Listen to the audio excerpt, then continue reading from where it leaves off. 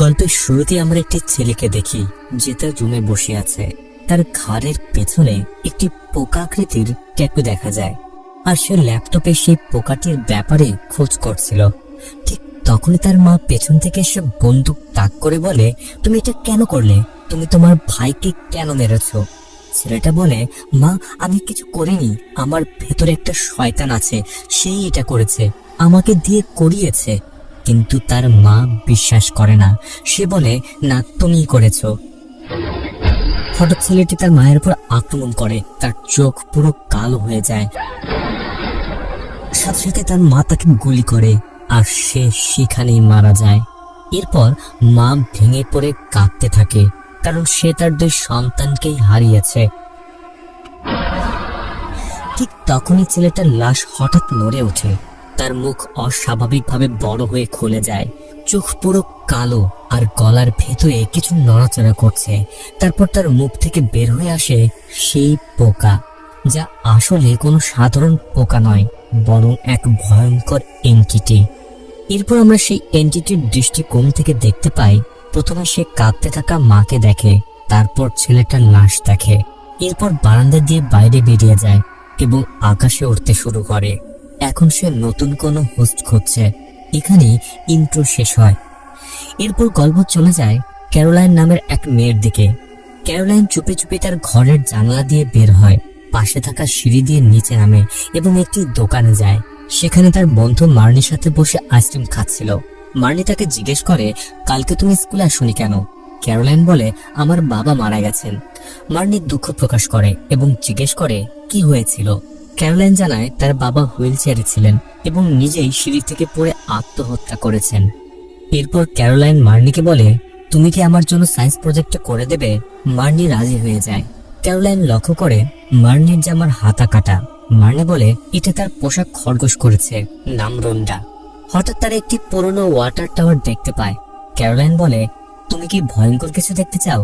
তারপর তারা টাওয়ারের দিকে যায়। জায়গাটা চারিদিক থেকে বন্ধ ছিল। বোর্ডে লেখা ছিল, এখানে যাওয়া বিপজ্জনক। নিষেধ থাকা সত্ত্বেও তারা ভেতরে ঢুকে পড়ে। ক্যারোলাইন আগে ঢুকে, মার্নি একটু ভয় পায়, কিন্তু শেষে সেও ঢুকে পড়ে।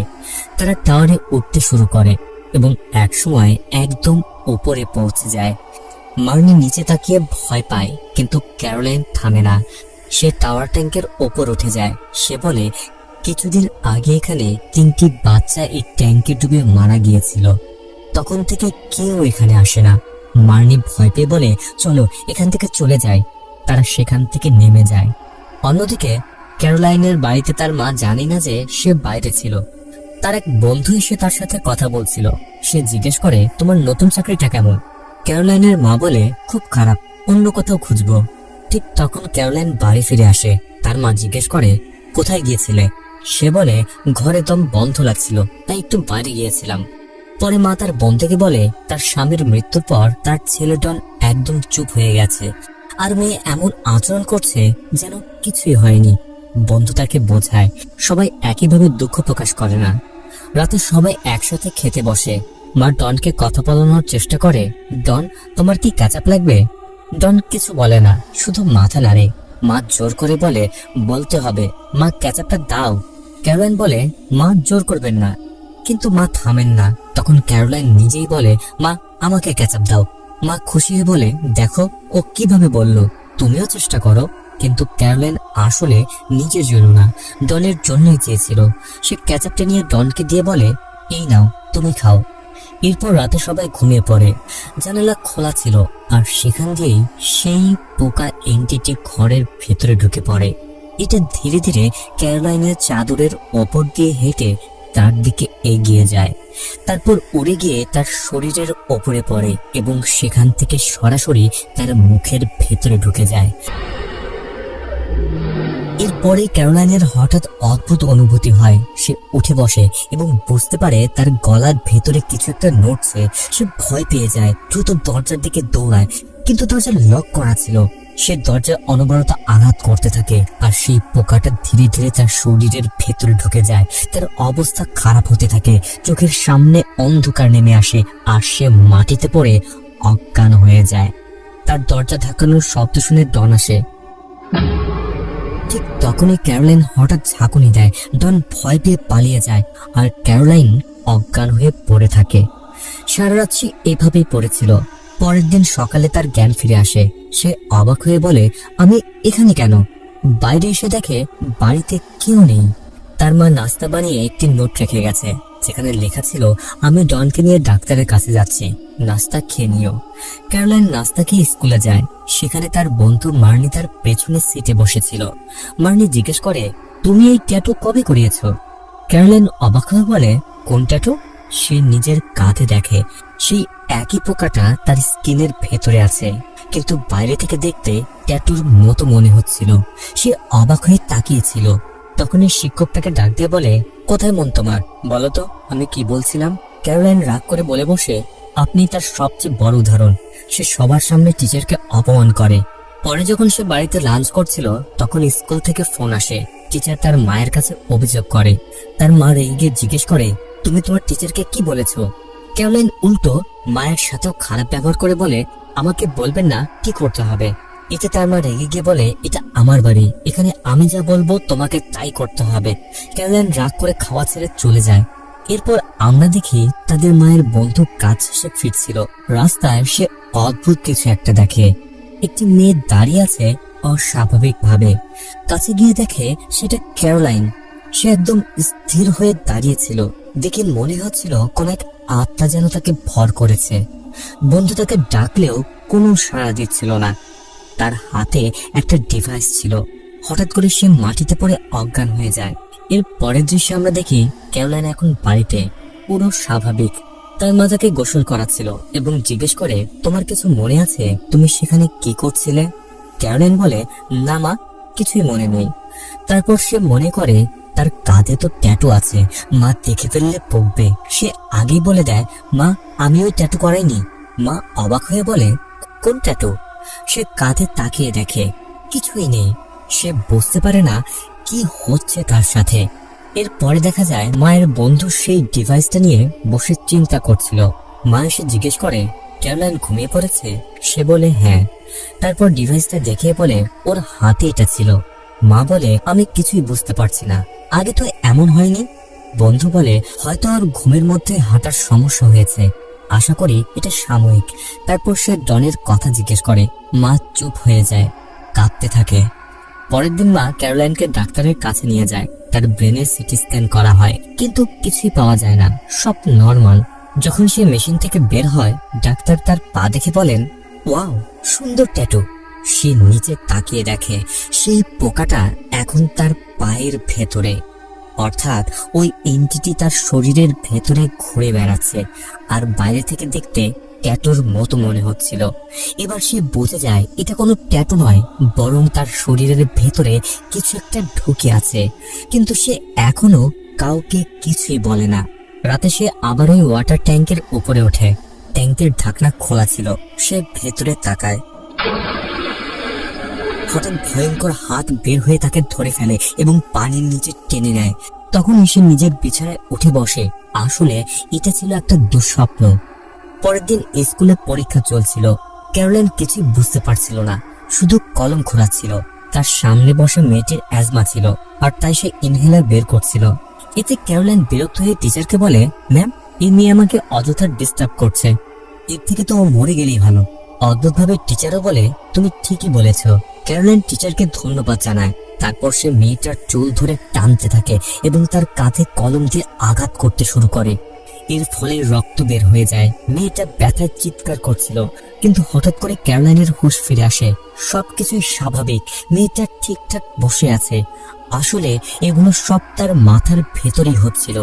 এরপর তার হঠাৎ বমি বমি লাগে। সে দৌড়ে বাথরুমে গিয়ে বমি করে এবং আয়নার সামনে দাঁড়িয়ে বলে, আমার ভেতরে এটা কি? তুমি কে? ঠিক তখনই সে দেখে সেই পোকাটা তার শরীরের ভেতরে নড়াচড়া করছে। এটা তার শার্টের পাশ দিয়ে নিচের দিকে যায়। এটা দেখে সে ভয় পায়। এই সময় তার বন্ধু মার্নি এসে জিজ্ঞেস করে, তুমি ঠিক আছো? ক্যারোলাইন বলে, আমার ট্যাটু নড়ছে, মনে হচ্ছে আমার ভেতরে কোনো আত্মা ঢুকে গেছে। মার্নি অবাক হয়। এরপর সে তার গলায় থাকা ক্রসটা বের করে ক্যারোলাইনের সামনে ধরে বলে, না, আমার মনে হয় না। কেননা যদি কোনো আত্মা থাকতো তাহলে এটা দেখে রিয়াক্ট করতো, কিন্তু কিছুই হয়নি। তবুও ক্যারোলাইন নিশ্চিত ছিল সে নিজের চোখে দেখেছে তার শরীরের ভেতরে কিছু একটা আছে। এরপর সে চলে যায় চার্চে। এখানে আপনাদের একটি বিষয় জানিয়ে রাখি, সেটা হলো তার পুরো পরিবার নাস্তিক ছিল, তাই সে প্রথমবারের মতো চার্চে এসেছে। সে ফাদারের কাছে যায়, ফাদার প্রার্থনা করে, ক্যারোলাইন চুপ থাকে। ফাদার আবার প্রার্থনা করেন, তখন ক্যারোলাইন বলে, ফাদার আমি জানি না কি বলতে হয়, আমি নাস্তিক, প্রথমবারের মতো এখানে এসেছি। ফাদার জিজ্ঞেস করে, তুমি কি চাও? ক্যারোলাইন বলে, আমাকে সাহায্য করুন, আমার ভেতরে হয়তো কোনো আত্মা বাস করছে, দয়া করে এক্সোরসিজম করে এটাকে বের করে দিন। কিন্তু ফাদার বিশ্বাস করে না, তিনি ভাবেন সে হয়তো কোনো ভৌতিক মুভি দেখে ভয় পেয়েছে। তিনি বলেন, কিছু হয়নি, তুমি ঠিক আছো, বাড়ি চলে যাও। এরপরে ফাদার যখন বের হয়ে যাচ্ছিল তখন সে দেখতে পায় ক্যারোলিন পবিত্র পানির উপর দাঁড়িয়ে তার ভেতরে টয়লেট করছে। এটা দেখা মাত্রই সে অস্বস্তি বোধ করতে শুরু করে। একজন নানের সাথে তাকে বাড়ি পাঠানো হয়। বাড়িতে আসলে তার মা অবাক হয়ে যায় তাকে নানের সাথে দেখে। সবকিছু জানার পর সে নানের কাছে ক্ষমা চেয়ে বলে ওর বাবার মৃত্যুর পর থেকে ও একটু মানসিকভাবে অস্থির হয়ে গেছে। নান বিষয়টা বুঝে নেয়। তার মা নানকে চা খাওয়ার জন্য বলে চা বানাতে যায়। এই সময় নান তাদের ফ্যামিলি ফটো দেখছিল। হঠাৎ ওপর থেকে জোরে শব্দ আসে। নান দৌড়ে ওপরে যায়, দেখে ডন দাঁড়িয়ে আছে। সে খুব ভয় পাচ্ছিল। নান জিজ্ঞেস করে কি হয়েছে। ডন ওপরের দিকে ইশারা করে। নান তাকিয়ে দেখে ক্যারোলাইন দেয়ালের উপরে উঠে আছে, অস্বাভাবিকভাবে নড়াচড়া করছে। নান তার দিকে এগিয়ে যায়। ঠিক তখনই ক্যারোলাইন হঠাৎ তার ওপরে পড়ে যায় এবং সবুজ রঙের বমি করে। এরই মধ্যে তার মা দৌড়ে এসে দেখে ক্যারোলাইন অজ্ঞান হয়ে পড়ে আছে। নান আর মা মিলে তাকে বিছানায় শুয়ে দেয়। তার শরীর শক্ত হয়ে যাচ্ছিল, অস্বাভাবিক আচরণ করছিল। নান দেখে ডন খুব ভয় পাচ্ছে, তাই মাকে বলে আপনি ডনকে নিয়ে যান, আমি এখানে আছি। মা ডনকে নিয়ে বাইরে চলে যায়। এরপর নান বাইরে এসে বলে এটা শয়তানি আত্মার পজিশনের লক্ষণ, আপনার মেয়ে সত্যি পজেস্ট। মা ভয় পেয়ে বলে তাহলে কিছু করুন, এক্সোরসিজম করুন। নান বলে দুঃখিত, এটা আমার কাজ নয়, এটা একজন প্রিস্টের কাজ। মা বলে তাহলে প্রিস্টকে ডাকুন। নান জানায় বর্তমানে তিনি অসুস্থ, তার ক্যান্সার হয়েছে, তিনি সাহায্য করতে পারবেন না। এরপর নান চার্চে গিয়ে দেখে ফাদার মাটিতে পড়ে আছেন। সে ভয় পেয়ে তার পালস চেক করে, দেখে সে এখনো বেঁচে আছে। তারপর তাকে দ্রুত হাসপাতালে নিয়ে যায়। অন্যদিকে ক্যারোলাইন একটি ভিডিও দেখছিল। সেখানে একজন লোক দাবি করছে তার শরীর আত্মাদের কন্টেইনার, সে অন্যের শরীর থেকে আত্মা বের করে নিজের শরীরে নিতে পারে। এতে তার কিছুই হয় না। এইসব ভিডিও সে দেখছিল। হঠাৎ অনুভব করে তার হাতে কিছু নড়ছে।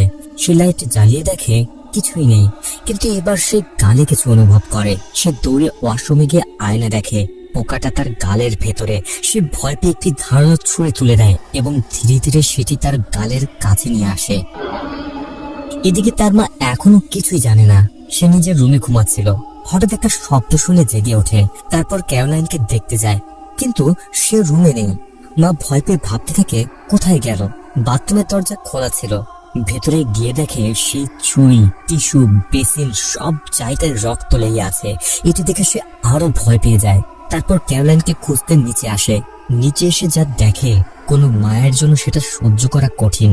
ক্যারোলাইন মেঝেতে বসে আছে, হাতে বড় ছুরি, আর নিজের শরীরের নানা জায়গায় কেটে রেখেছে। সেই পোকাটাকে বের করার চেষ্টা করছিল। মাকে দেখে সে কাঁদতে শুরু করে। তার মা দৌড়ে গিয়ে তাকে জড়িয়ে ধরে। ক্যারোলাইন মায়ের কোলে মাথা রেখে কাঁদতে শুরু করে। এরপর তার মা তাকে হাসপাতালে নিয়ে যায়। মা জিজ্ঞেস করে তুমি এটা কি করেছো? ক্যারোলাইন বলে আমি নিজেকে মারতে চাইনি মা, আমি বাঁচতে চাই, ওটাকে বের করার জন্যই করেছি। ডন তখন বাড়িতেই ছিল।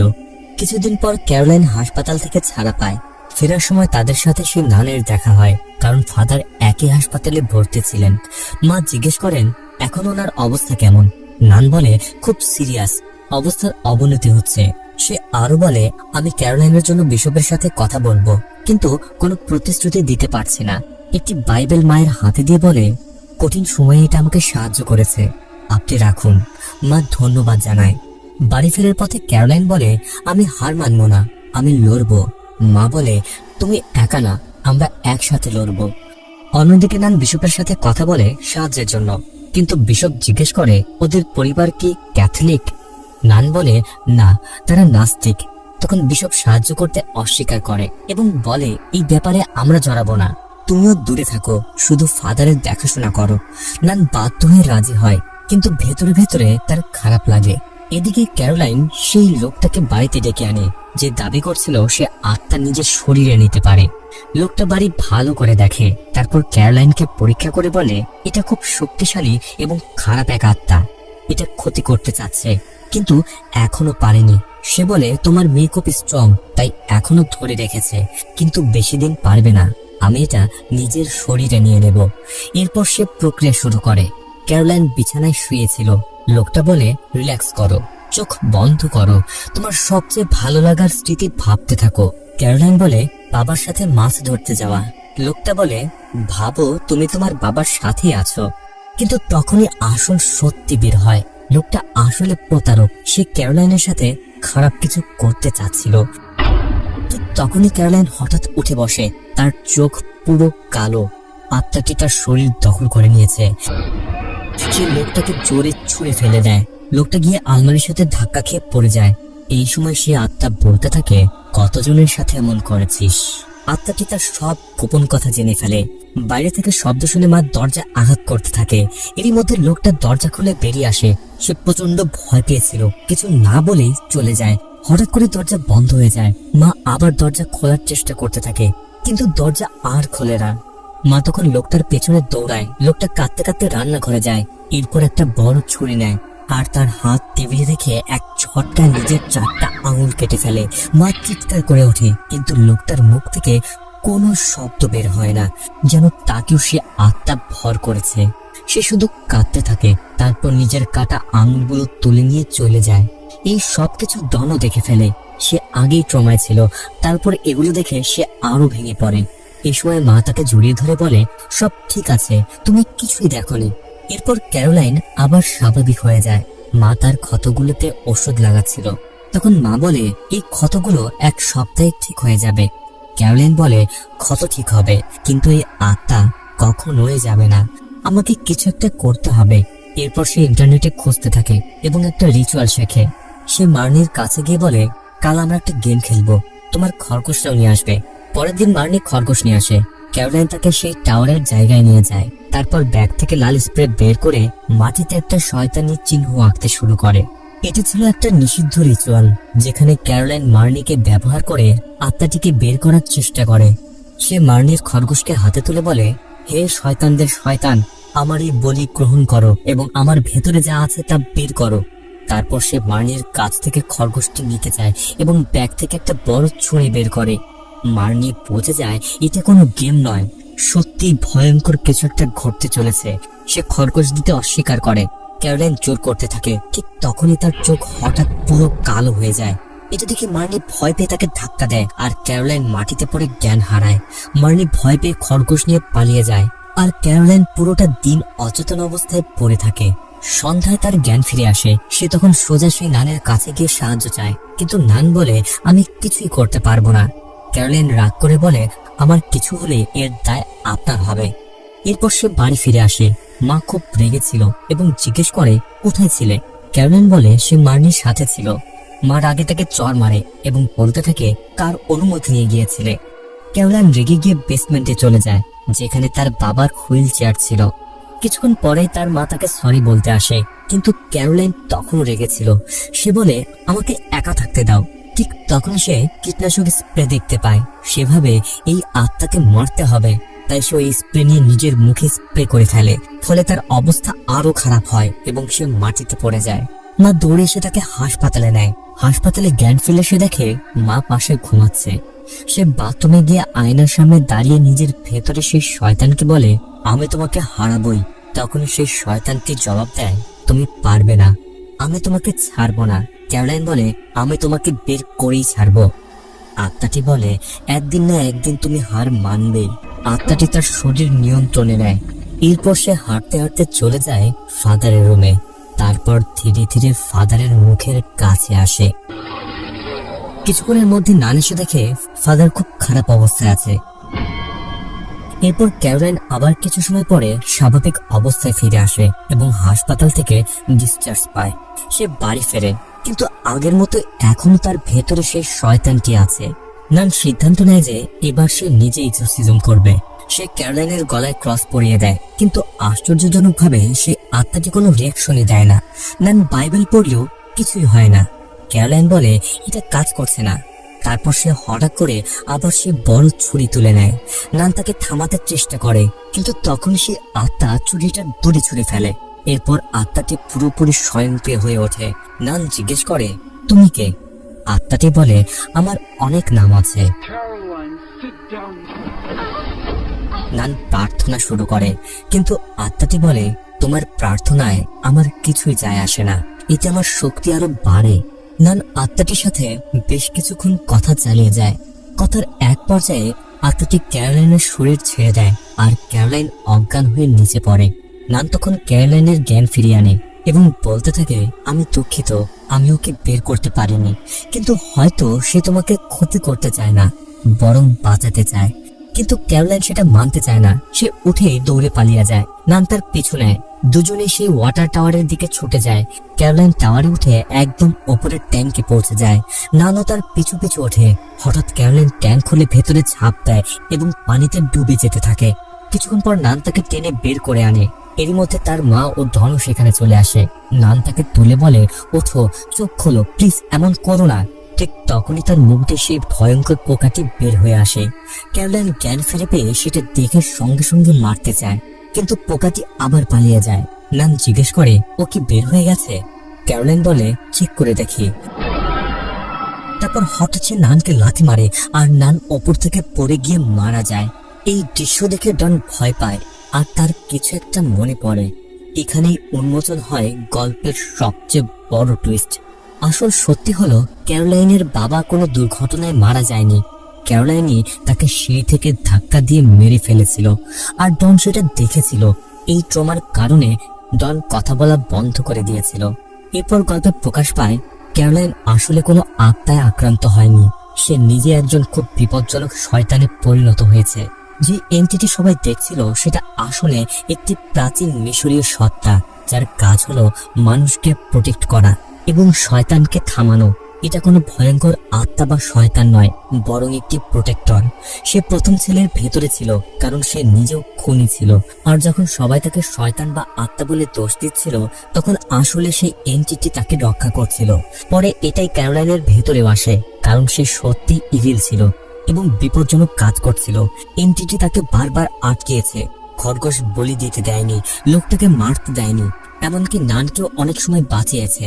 ফাদারের ক্ষেত্রেও ঠিক এমনটাই ঘটেছিল। তার ক্যান্সার বের হয়ে যাওয়ার মতো দেখানো হয়, কারণ এন্টিটি ভালো এবং হিলিং টাইপ কাজও করেছিল, অর্থাৎ ফাদারের উপকার করেছিল। ক্যারোলাইন বলতে চায় যে ওই সত্তাটি তাকে খারাপ কাজ থেকে আটকাচ্ছে, তাই সে এটাকে বের করার জন্য পাগল হয়ে যায়, নিজেকে ক্ষতবিক্ষত করে, বিষাক্ত স্প্রে করে, এমনকি ডুবে মরার চেষ্টাও করে। শেষে যখন সে পানিতে ঝাঁপ দেয়, তখন এন্টিটি তাকে বাঁচানোর জন্য চলে যায়। ফলে ক্যারোলাইন এখন স্বাধীন হয়ে যায়, অর্থাৎ এখন তাকে থামানোর আর কেউ নেই। ডন মারা যাওয়ার পর ডন সত্যিটা বলে দেয় যে ক্যারোলাইনে তার বাবাকে হত্যা করেছিল। এরপরে দেখা যায় সবকিছু ঠিক হয়ে গেছে, কিন্তু আসল ভয়টা এখন শুরু। কারণ ক্যারোলাইন এখন মুক্ত এবং সে আবারও ইচ্ছে মতো ক্ষতি করতে পারবে। গল্পের একদম শেষে আমরা একটি মেয়েকে বাইক চালাতে দেখি। সে নির্জন রাস্তা দিয়ে যাচ্ছিল। হঠাৎ তার শরীর থেকে গলা আলাদা হয়ে যায়। কেন রাস্তার ধারে একটি ধারালো তার লুকোনো ছিল, যার ফলে তার মাথা শরীর থেকে আলাদা হয়ে রাস্তায় পড়ে যায়, আর সে কাটা মাথার পাশে কেউ এসে দাঁড়ায়। এখন আপনাদের কাছে প্রশ্ন, এই ব্যক্তিটি কে?